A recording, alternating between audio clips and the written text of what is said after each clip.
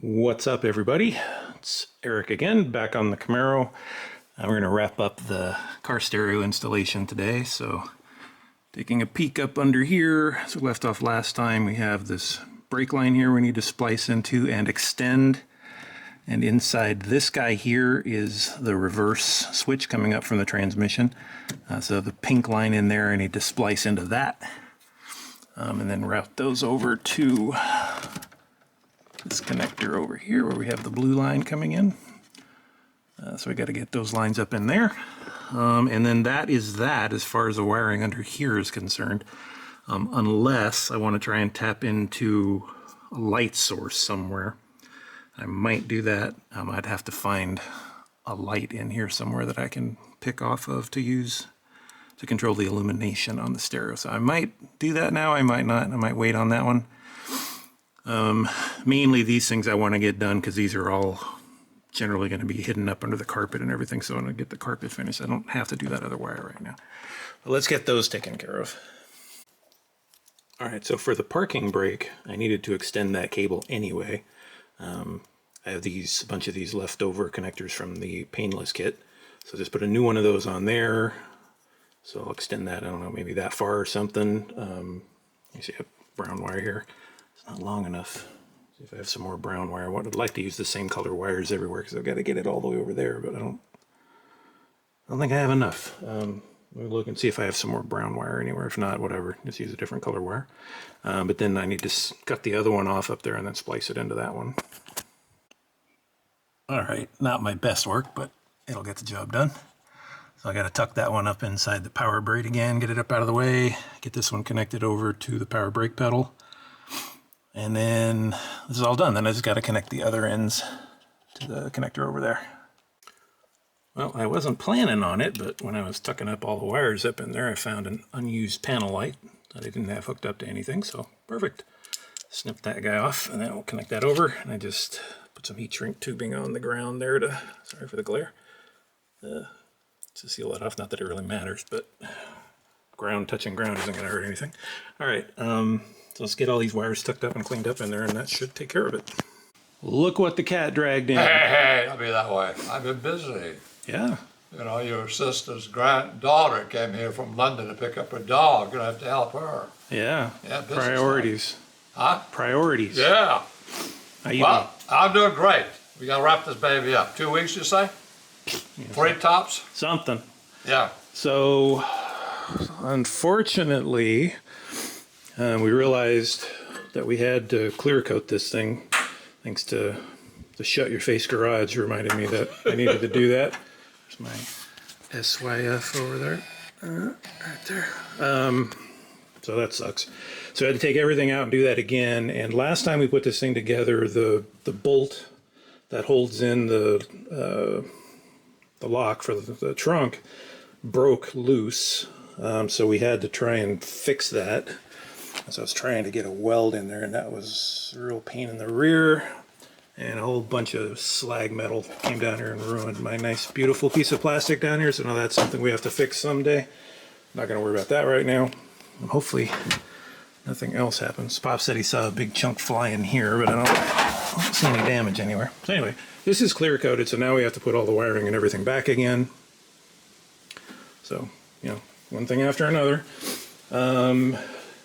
And then to catch you up on what was happening with the backup lights here.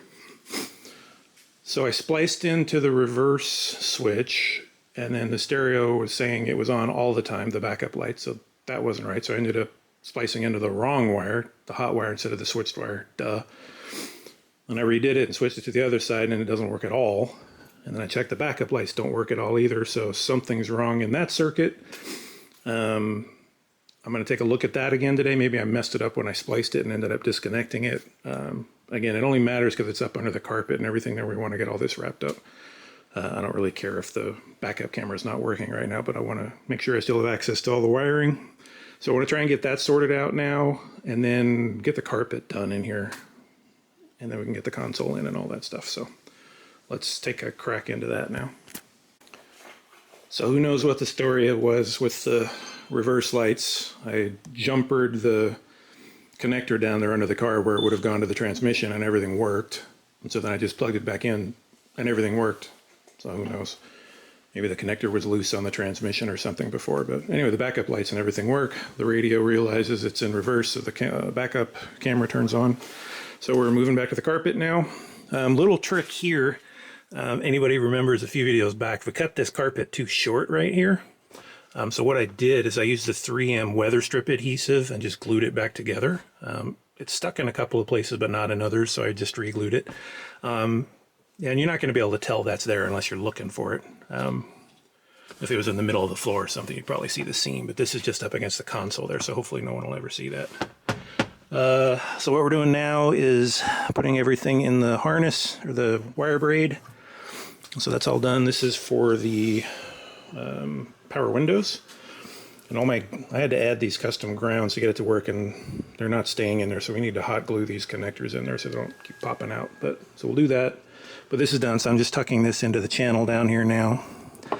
And then we'll just work from there. I think next thing we have to figure out the seat belts, because it's going to move the carpet around a little bit. And then we'll go from there.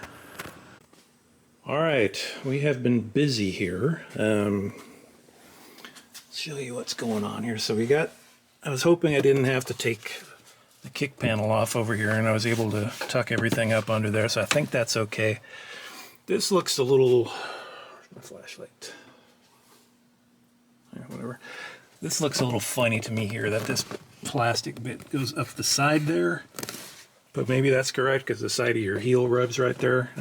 I'd have to move the carpet quite a bit this way to fix that, and that doesn't seem right, since this all lines up pretty nicely here.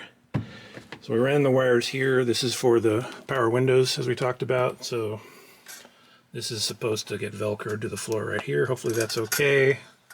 And these wires won't interfere too much. This is with the seat all the way back, so that should hopefully be okay. For the bolt holes here, I had bought some little small studs that I was going to screw into the floor, and then you'd be able to just press and see where they were. But I never bothered with it, so I just stuck my hand up into there, punched a hole, and then just kind of triangulated and found my way. It wasn't too bad. Seat belts, these things don't seem to go correctly either way. If you turn this around the other way, it's really pressed up against the console, and that doesn't seem right. But again, it seems kind of pinching going this way, so that doesn't really seem right. So neither one of these really seemed right. But we went with this way, and we may change our mind once we put the seats in, just reverse this and put it back the other way. And then this guy, we weren't entirely sure what to do with this, but that seemed like the right answer. This car had no seat belts when we bought it, so I don't really know. But that seems like approximately the right answer there, that it's going to get tugged that way, so we did that. And then maybe if the second gen person is watching, you can tell me what size those bolts up there are supposed to be, because I think our threads are all buggered out, so nothing fits there. They're bigger than 1/4 by 20, smaller than the 3/8 bolts, I think those are. It doesn't seem to be metric, doesn't seem to be standard, so I don't know what those are. So we can't put those in. But if anybody knows what those are supposed to be, let me know. I'll look it up online as well, see if I can find it. Anything to say for yourself? Oh, just some all new different challenges today. Yeah. You know, I haven't done that kind of stuff. I haven't worked on seat belts, all the bolts are wrong. But slowly but surely it's getting there. Yep. Figure that out, have to tap it out myself. Yeah, we may have to tap those, right? Yeah.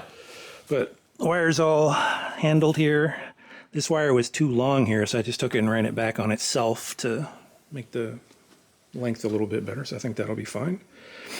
So this side is basically done. We just need to put the console in and figure out where to cut the carpet there. And then the little kick plate that goes up under there, we tried to put that in, but it doesn't fit because it hits the new accelerator pedal bracket, so we've got to trim that before that'll fit. So, yeah, 2 steps forward, 1 step back. But we're getting there. So we made some damage. Yes, we did. All right. Anything else, or we're going to call it a day? Annika Shipsio. What? Annika Shipsio. Okay.